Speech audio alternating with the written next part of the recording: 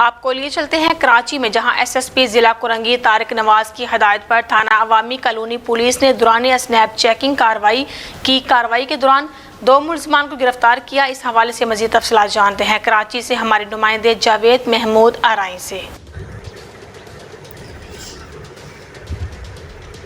جی بالکل، تھانہ Awami Colony S H O inspector Jamal لغاری کے مطابق تھانہ عوامی کالونی پولیس کی دوران اسنیپ چیکنگ کارروائی کے دوران شیشہ حقہ آن لائن فروخت کرنے والے 2 ملزمان کو گرفتار کیا ہے۔